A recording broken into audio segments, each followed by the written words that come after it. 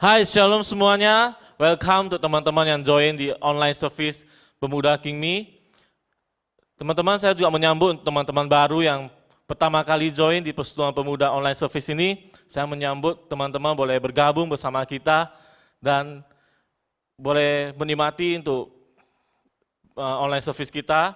Oke, sebelum kita memulai ibadah kita hari ini, mari kita berdoa. Bapa kami yang di surga, Bapa, kami ucap syukur atas pimpinan Engkau, atas anugerah Engkau ya Tuhan. Kami boleh datang di hadirat Engkau.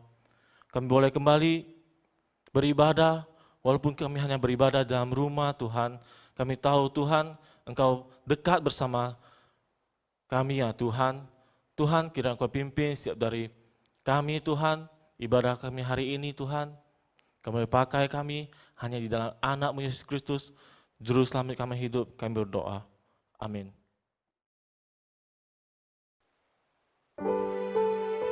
Tuhanlah tempat kami dapat bersandar. Pada Dialah kita dapat berharap. Mari kita berseru pada Tuhan kita.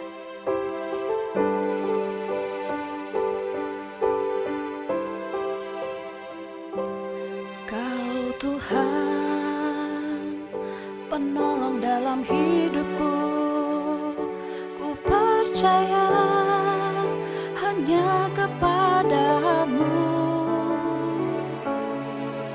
Kau pegang tanganku dan tuntun langkahku.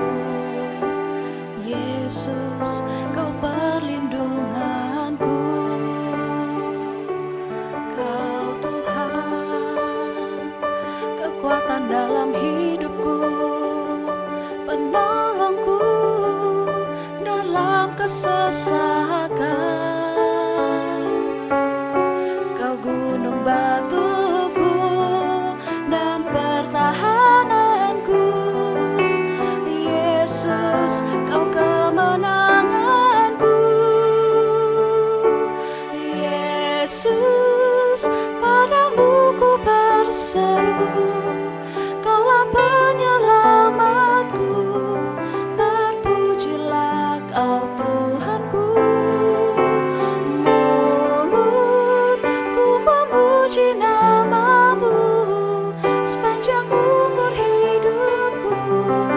Terpujilah Kau Tuhanku di atas segalanya.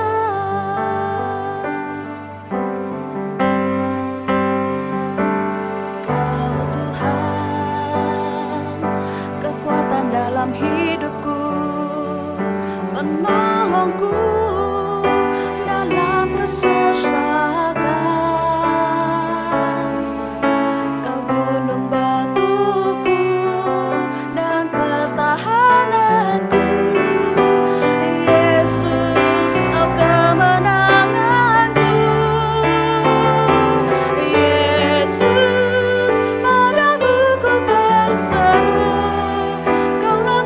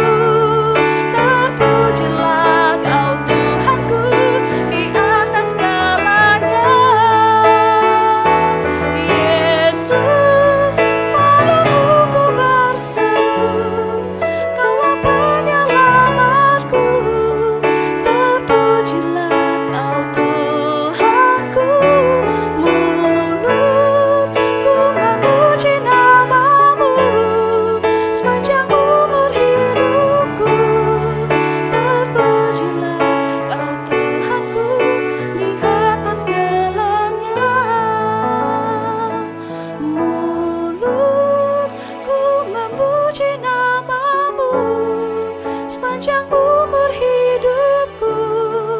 Terpujilah kau Tuhanku di atas segalanya.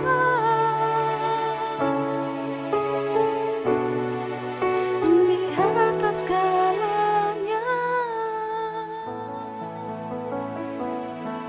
Amin.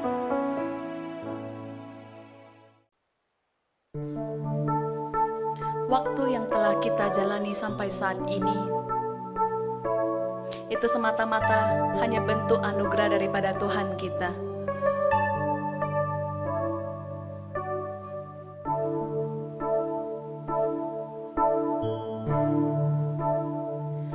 Bila kau izinkan sesuatu terjadi,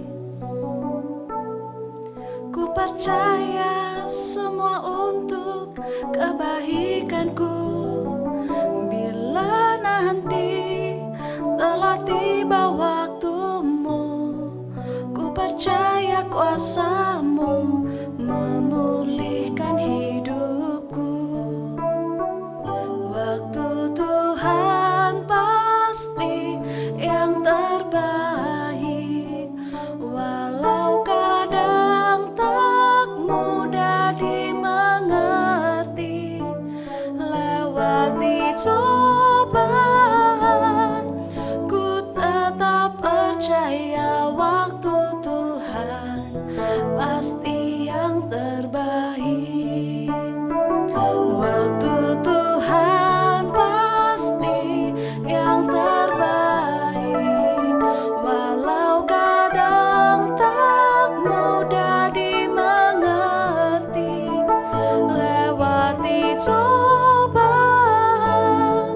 ku tetap percaya waktu Tuhan pasti yang terbaik.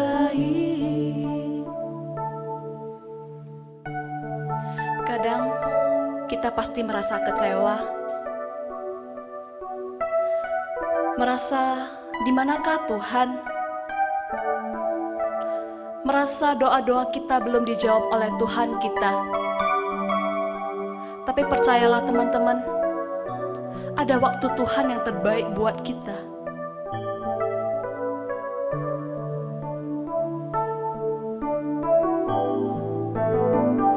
Bila kau izinkan sesuatu terjadi, ku percaya semua untuk kebaikanku.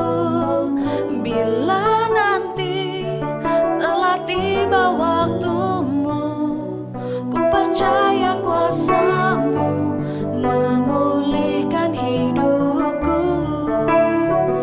Waktu Tuhan pasti yang terbaik, walau kadang tak mudah dimengerti. Lewati cobaan, ku tetap percaya waktu Tuhan pasti yang terbaik.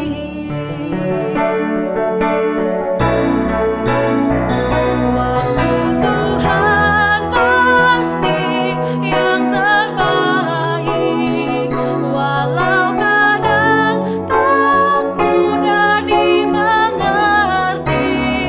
Lewati cobaan, ku tetap percaya waktu Tuhan pasti yang terbaik. Lewati cobaan, ku tetap percaya waktu Tuhan pasti yang terbaik.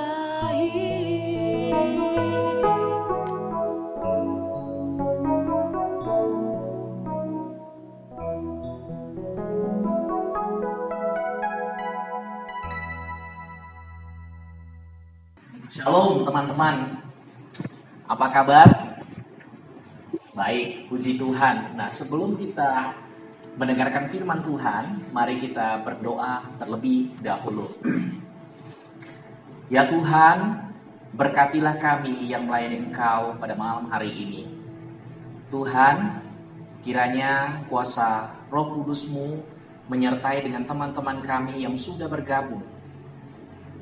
Tuhan, biarlah Engkau yang menyertai dengan kami pribadi lepas pribadi, dimanapun kami berada Tuhan.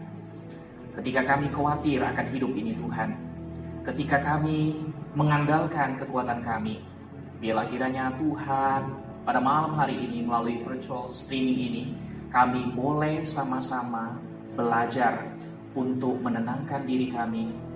Kami mencari Engkau karena kami percaya bahwa sukacita yang sejati itu adalah Engkau.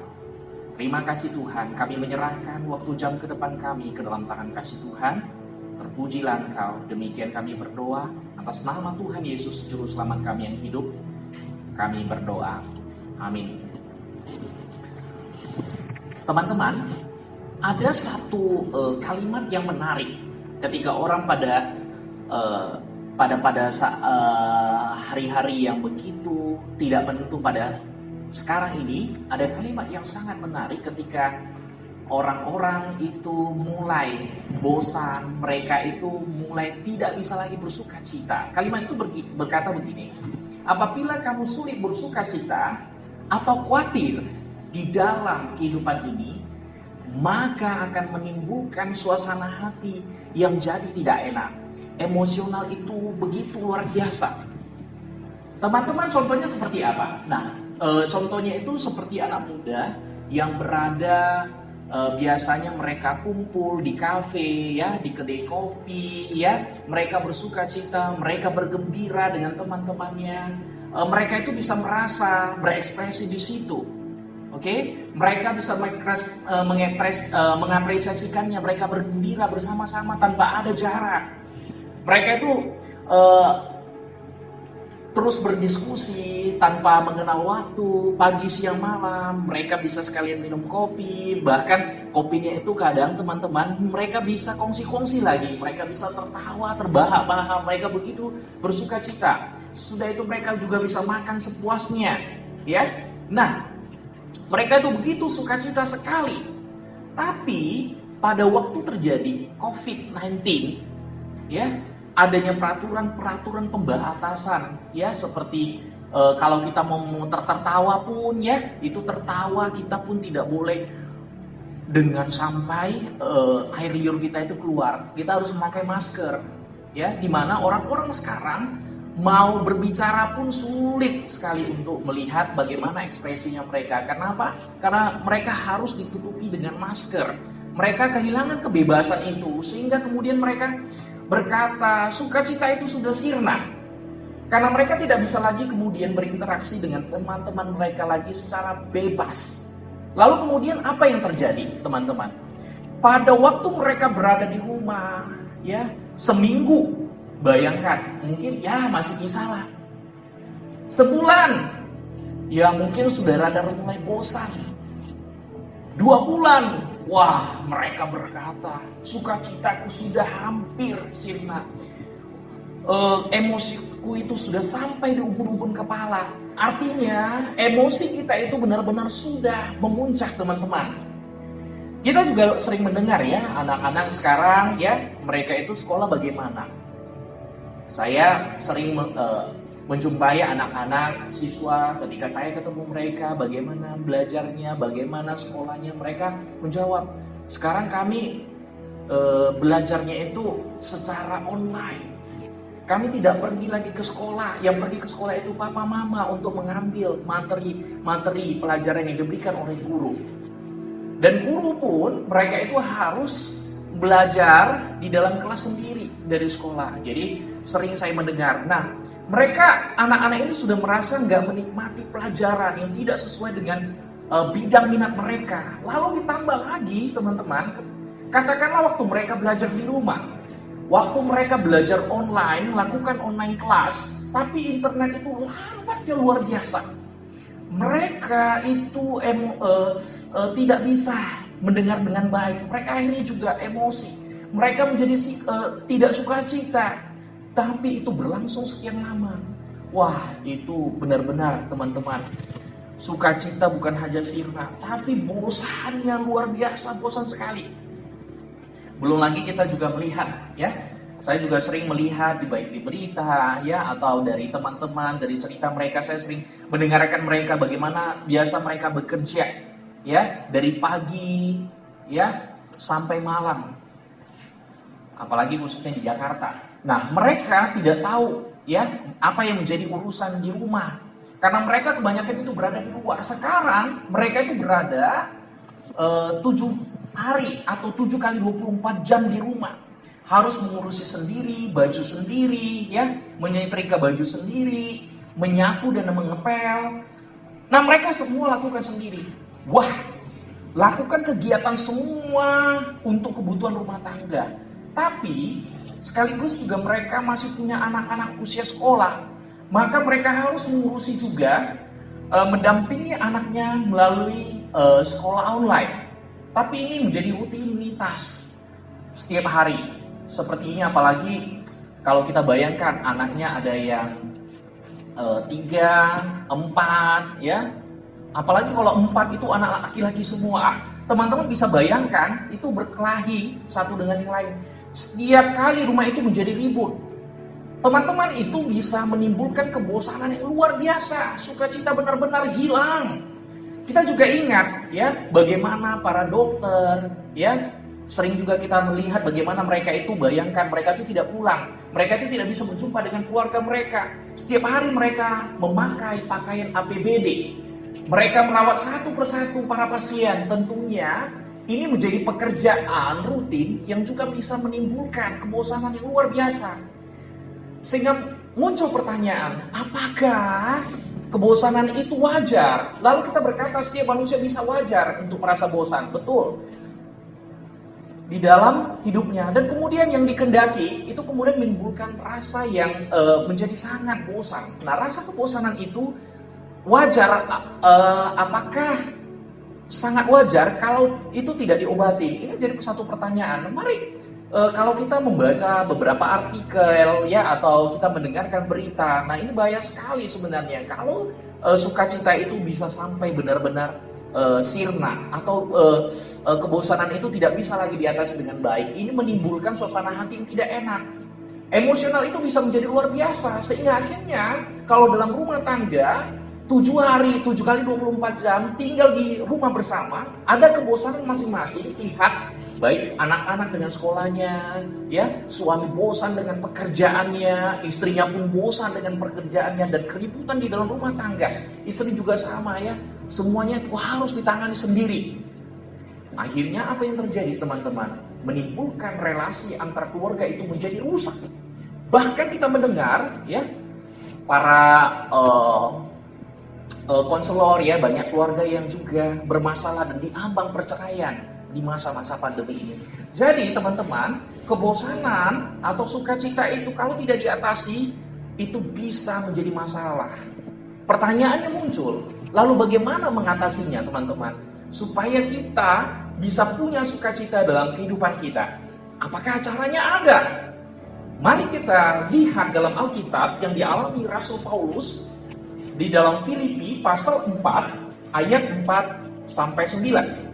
Filipi pasal 4 ayat 4-9. Mari kita baca ayat yang keempat. Bersukacitalah senantiasa dalam Tuhan. Sekali lagi kukatakan, bersukacitalah. Hendaklah kebaikan hatimu diketahui semua orang. Tuhan sudah dekat. Janganlah hendaknya kamu khawatir tentang apapun juga, tetapi nyatakanlah dalam segala hal keinginanmu kepada Allah, dalam doa dan permohonan dengan ucapan syukur. Damai sejahtera Allah yang melampaui segala akal akan memelihara hati dan pikiranmu dalam Kristus Yesus. Jadi akhirnya saudara-saudara, semua yang benar, semua yang mulia, semua yang adil, semua yang suci, semua yang manis, semua yang sedap didengar, semua yang disebut kebajikan dan patut dipuji, pikirkanlah semuanya itu. Dan apa yang telah kamu pelajari dan apa yang telah kamu terima, dan apa yang telah kamu dengar, dan apa yang telah kamu lihat padaku, lakukanlah itu. Maka Allah sumber damai sejahtera akan menyertai kamu. Bagaimana agar kita dapat selalu bersuka cita pada masa yang sulit, teman-teman? Yang pertama, mempunyai relasi yang baik dengan Tuhan. Di ayat yang ke-6 ya, teman-teman. Mempunyai relasi yang baik dengan Tuhan. Teman-teman, saya pernah mendengar satu kalimat. Kalimatnya itu seperti ini. Saya berterima kasih ketika di masa-masa sulit saya tetap masih bisa berdoa. Teman-teman, artinya apa? Artinya teman-teman, dia masih tetap mengingat Tuhan di dalam kehidupan ini. Walaupun keadaan tidak membaik, dia tetap ingat Tuhan. Selalu bersandar kepada Tuhan. Segala kekhawatiran dia serukan kepada Tuhan.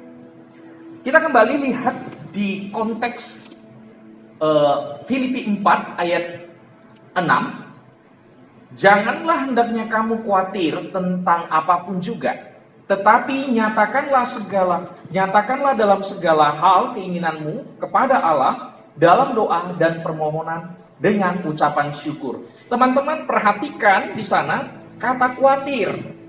Kata khawatir itu memiliki makna yaitu merasa khawatir, memperhatikan. Ya, banyak orang-orang sekarang artinya mereka itu seringkali memperhatikan dengan kesusahan apa yang mereka alami atau kita alami. Kita sering memperhatikan, merasa khawatir dengan permasalahan yang kita hadapi. Dengan permasalahan itu kita sering melupakan sukacita sejati, yaitu apa? Tuhan itu sendiri. Jadi seringkali kita memperhatikan pada permasalahan itu, kita tidak datang. Makanya oleh karena itu bersukacitalah senantiasa saat ini di dalam kondisi apapun. Itu kita minta untuk bersukacita.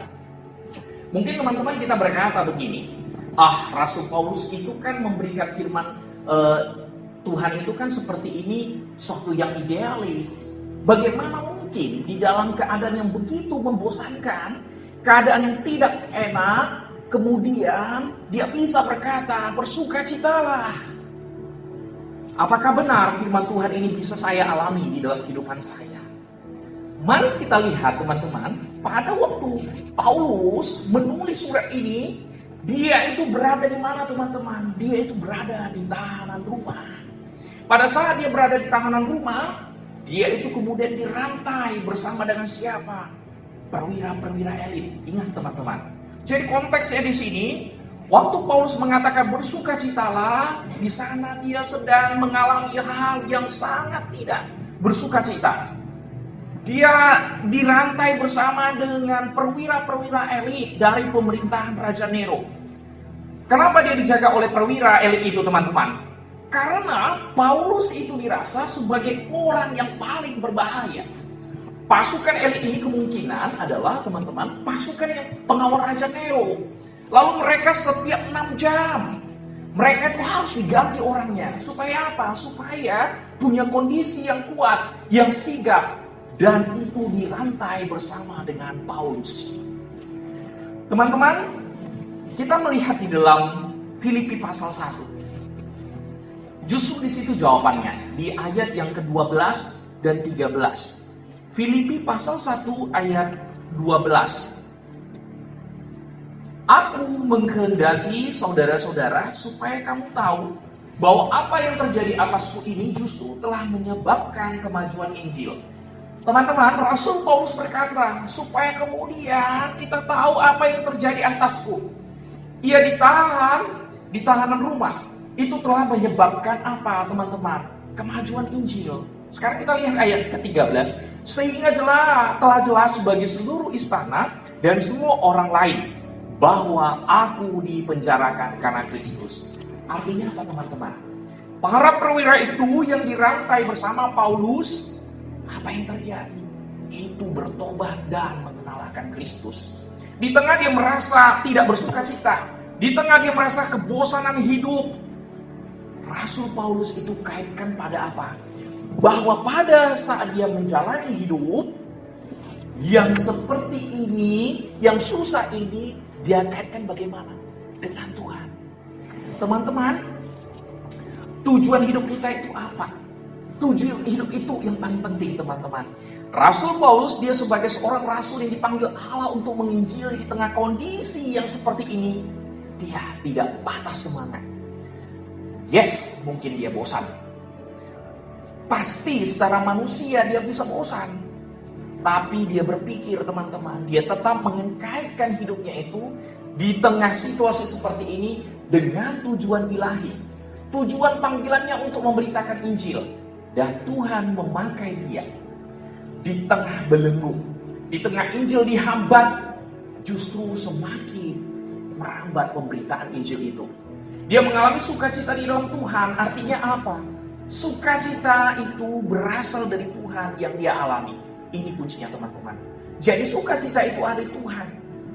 Mari, jangan kita melihat dari apa yang ada di dalam permasalahan itu, tetapi mari kita cari kembali kepada Tuhan. Teman-teman, ada mungkin teman-teman dari kecil yang ikut sekolah minggu pasti tahu, ada anak Tuhan yang begitu luar biasa. Dia bilang begini, Tuhan, saya tahu Tuhan bisa. Waktu itu mereka harus menghadapi hidup dan mati, ya. Tapi kalaupun Tuhan tidak lakukan, saya tidak akan pernah menyembah Allah lain. Tahu nggak siapa yang doa seperti ini, teman-teman? Betul, Sadrak, Mesak, dan Abednego. Sanggup Tuhan lepaskan saya dari api itu, toh saya juga harus mati di dalam api itu. It's okay. Mereka mengatakan demikian. Tuhan itu sanggup lepaskan saya dari api itu, tapi kalau Tuhan pun tidak, saya harus mati di dalam api itu. It's okay. Saya tidak akan menyembah Allah lain. Itu, teman-teman, sikap anak Tuhan. Teman-teman, sukacita sejati itu bukanlah sesuatu yang kita cari untuk mendapatkan apa yang kita senangi. Karena kesenangan yang paling utama adalah Tuhan itu sendiri. Maka sukacita yang terbesar adalah jika hidup kita itu berkenan kepada Allah. Teman-teman, ada seorang pemuda, ya, pemuda itu sangat baik dan pemuda itu dia mau melayani Tuhan. Teman-teman ingat, baik, masih muda dan mau menyerahkan hidupnya untuk melayani Tuhan. Pada saat dia bilang mau melayani Tuhan, waktu di dalam perjalanan mau melayani Tuhan, apa yang terjadi, teman-teman? Pemuda itu mengalami kecelakaan. Sampai kakinya hancur sebelah. Setelah dibawa ke rumah sakit, ambulans membawa, apa yang terjadi, teman-teman? Dokter harus mengamputasi kaki yang hancur itu. Oh, teman-teman, bayangkan. Dari yang tadinya punya 2 kaki, sekarang tinggal 1 kaki. Teman-teman bisa bayangkan, yang tadinya sehat, yang tadinya begitu diberkati Tuhan dengan tubuh yang sehat bisa melayani Tuhan, sekarang mau melayani Tuhan dengan lebih. Apa yang terjadi di dalam hidupnya? Dia harus kehilangan 1 kakinya yang paling berharga. Teman-teman, ketika dia siuman bangkit dari pasca operasi, dia melihat kakiku di mana? Teman-teman, sukacita yang dia alami langsung hilang. Kenapa? Karena dia melihat permasalahan.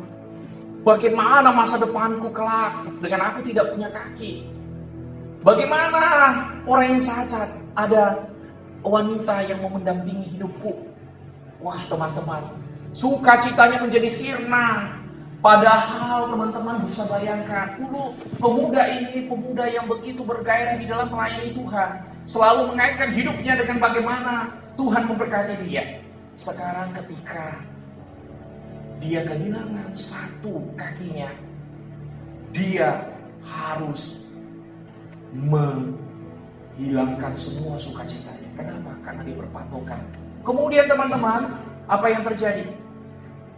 Dia merenung kembali. merenung bagaimana karya Tuhan di dalam hidupnya. Dia melihat bagaimana dia merenung firman Tuhan. Dia belajar, dia kembali, dia bangun kembali relasinya dengan Tuhan kembali.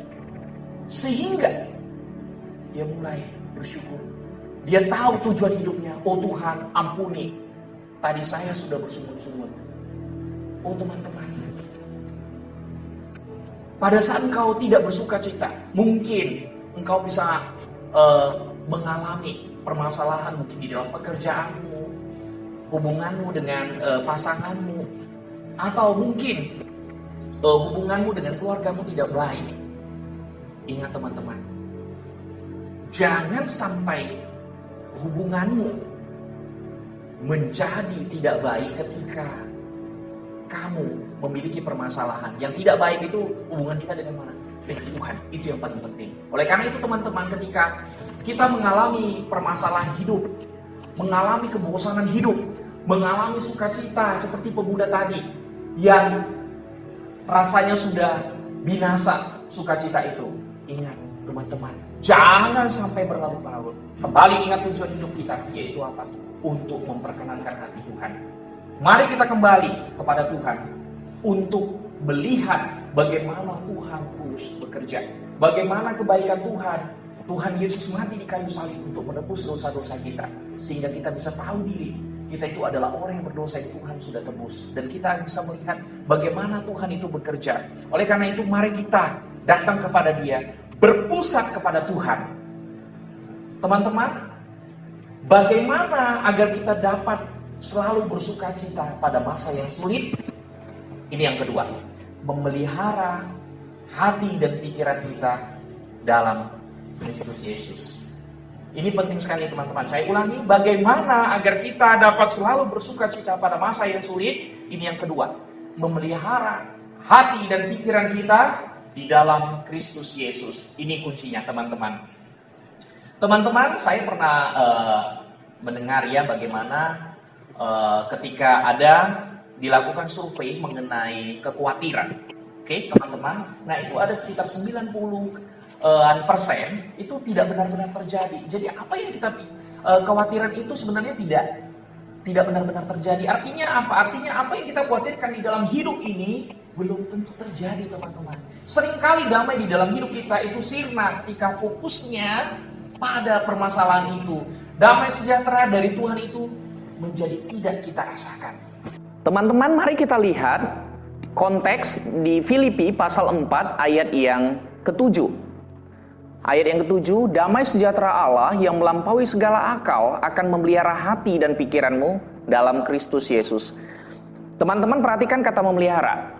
Kata memelihara mempunyai makna yaitu menjaga. Kita bisa bayangkan teman-teman, Rasul Paulus dalam keadaan seperti itu bosan enggak? Bete enggak? Yes, bosan. Privasinya, pribadinya itu tidak ada lagi. Bayangkan siang malam dia menjalani hidup seperti itu.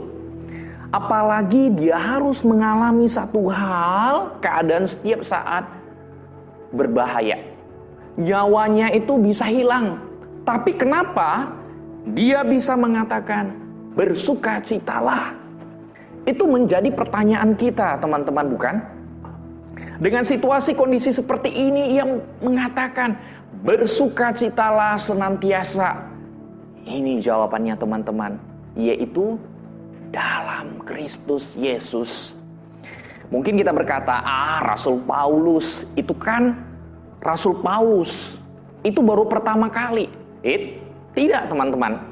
Enggak, dia 2 kali mengalami kejadian sama. Kalau kita lihat pada waktu dia menginjili di kota Filipi itu sendiri, dia juga mengalami yang sama.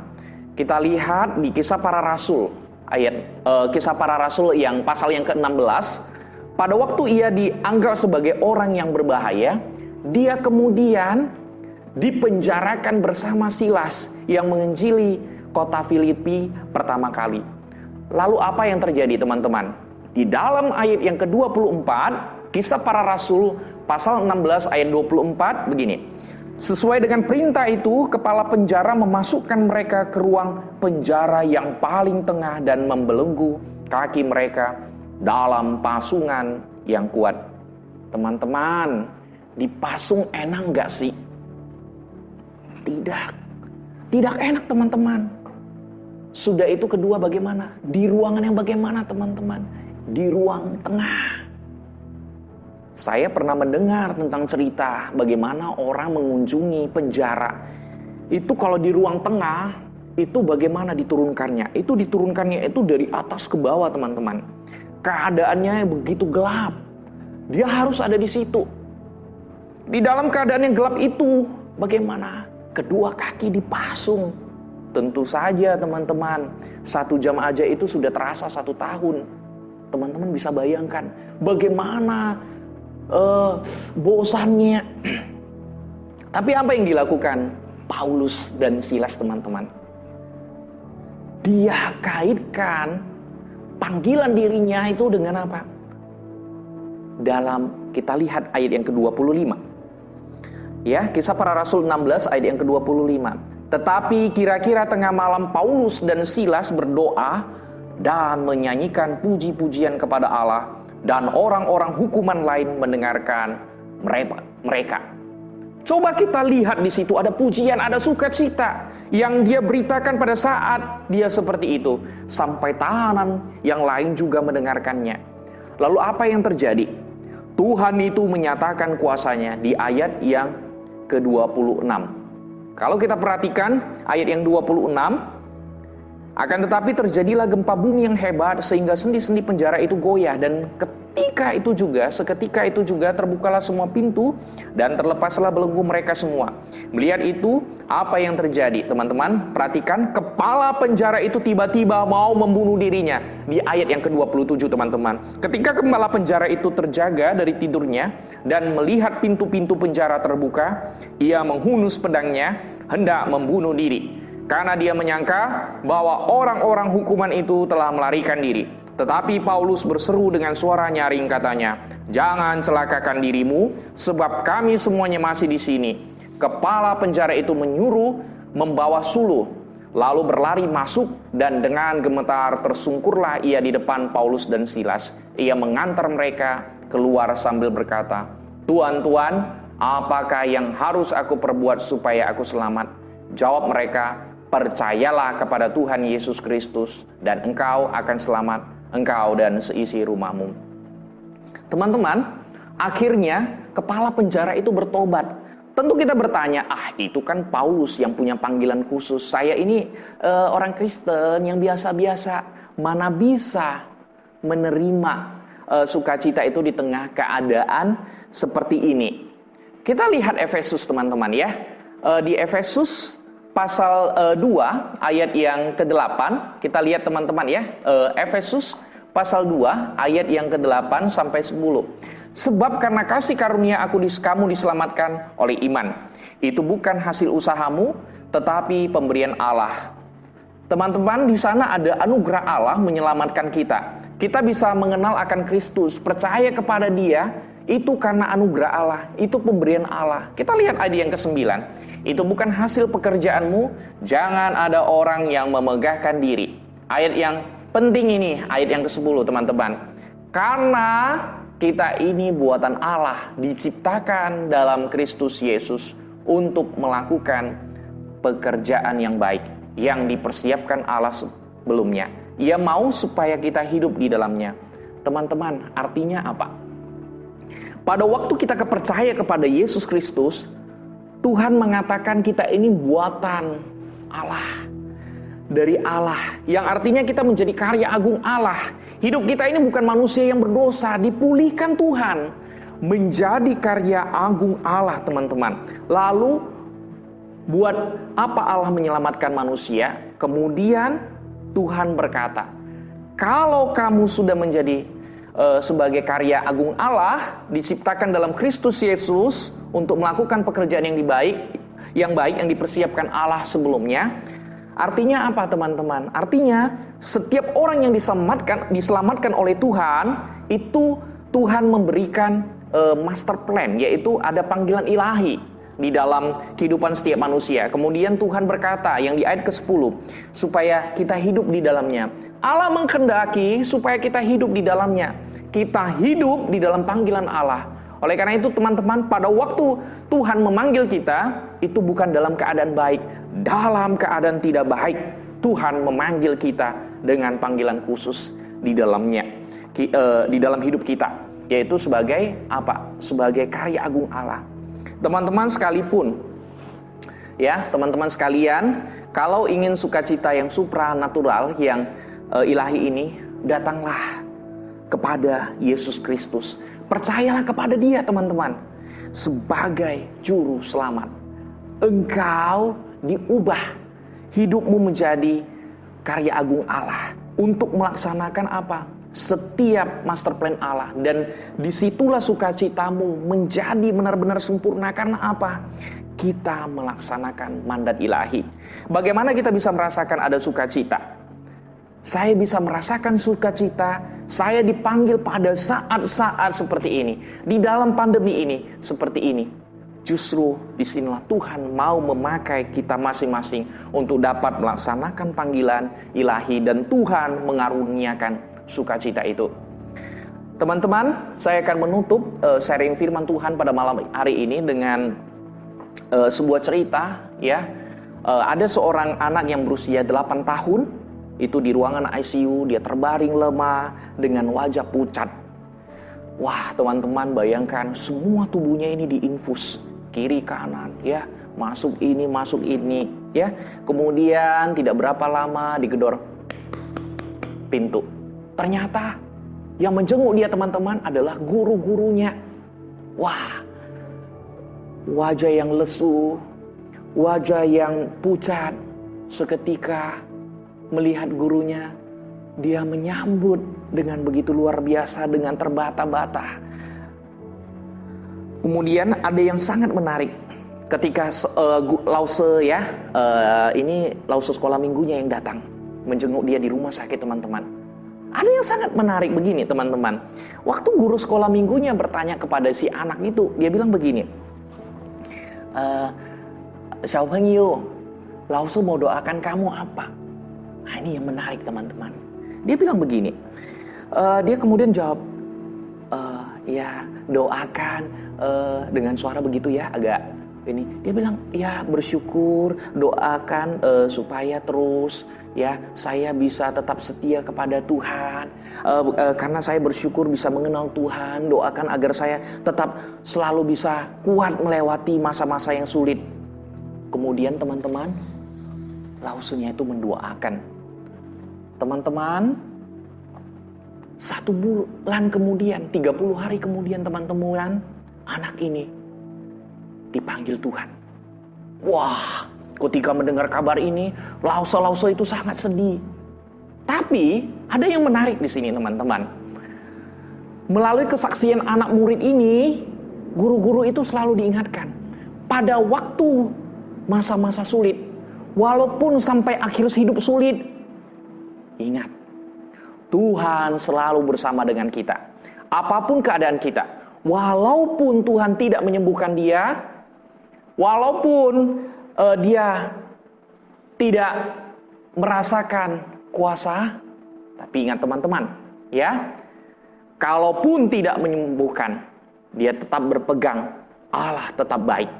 Kasih Allah yang besar, yaitu Yesus Kristus telah mati di kayu salib untuk menyelamatkan saya, menebus dosa-dosa saya. Maka sampai akhir si anak ini tetap dia bersuka cita, karena dia tahu Tuhan mendekapnya, menggendongnya, dan yang memberikan sukacita itu.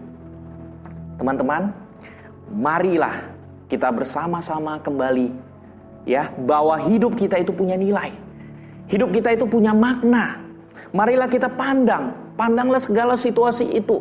Buatlah hidupmu terus bisa bernilai dan bermakna. Bukan hanya di hadapan manusia, tetapi juga di hadapan Tuhan. Karena itu kita tahu waktu kemudian hidup kita bernilai dan bermakna, maka disitulah di tengah segala apapun kita pasti akan melakukan segala sesuatu yang mendatangkan kebaikan. Bukan hanya untuk orang lain, tetapi juga untuk Tuhan. Marilah kita teman-teman datang kepada Yesus. Dia sudah membuka tangannya bagi teman-teman yang mengalami frustasi dan depresi. Datanglah kepada Dia. Dia akan mendekapmu, menggendongmu, dan Dia akan memberi sukacita itu. Amin. Mari kita berdoa. Tuhan, Bapa kami yang di surga, terima kasih untuk perenungan firman Tuhan pada malam hari ini. Kami ada itu semua karena anugerah-Mu, bukan karena kekuatan kami. Oh Tuhan, ajar kami pada masa-masa yang sulit ini, kami tidak selalu memperhatikan permasalahan kami. Kami datang kepada Engkau karena kami tahu Engkau selalu ada bersama-sama dengan kami. Oh Tuhan, ketika kami juga benar-benar mengalami hal-hal yang begitu membuat kehidupan kami begitu susah, biarlah hati kami, biarlah kami kembali mencari Engkau. Karena sukacita yang sejati itu adalah Engkau sendiri. Terima kasih Tuhan untuk pada pembacaan firman Tuhan pada hari ini. Terpujilah Engkau Tuhan, demikian kami berdoa atas nama Tuhan Yesus Juru Selamat kami yang hidup. Amin. Thank you untuk Sandy Lawson, untuk firman Tuhan yang telah disampaikan yang begitu baik. Kiranya firman Tuhan yang boleh disampaikan boleh menjadi berkat untuk teman-teman semua. Oke, baik, kita masuk dalam pengumuman. Pengumuman pertama, minggu depan kita jumpa lagi dalam persekutuan pemuda online. Saya mengundang teman-teman boleh kembali join melalui aplikasi Zoom. Dan link akan dikirim di grup WhatsApp dan lain. Dan kedua, saya mengundang juga teman-teman di hari Jumatnya, kita ada pendalaman Alkitab. Saya mengundang teman-teman boleh ikut hadir dan berjumpa di pendalaman Alkitab. Dan ketiga, saya juga mengundang teman-teman boleh follow dan subscribe YouTube channel kita, Instagram, Facebook, dan like setiap foto yang ditampilkan. Oke, dan terakhir, bagi teman-teman yang ingin memberikan persembahan, boleh memberikan persembahan melalui OVO, BCA, untuk nomor rekening dan BCA-nya akan ditampilkan di layar ini. Oke, sebelum kita menutup persekutuan kita doa Bapa kami. Bapa kami yang di surga, dikuduskanlah namamu, datanglah kerajaanmu, jadilah kehendak-Mu di bumi seperti di surga. Berikanlah kami pada hari ini makanan kami yang secukupnya, dan ampunilah kami akan kesalahan kami, seperti kami juga mengampuni orang yang bersalah pada kami. Dan janganlah membawa kami ke dalam percobaan, tetapi lepaskanlah kami daripada yang jahat, karena Engkaulah yang punya kerajaan dan kuasa dan kemuliaan sampai selama-lamanya. Amin. Oke, bye-bye. See you next week.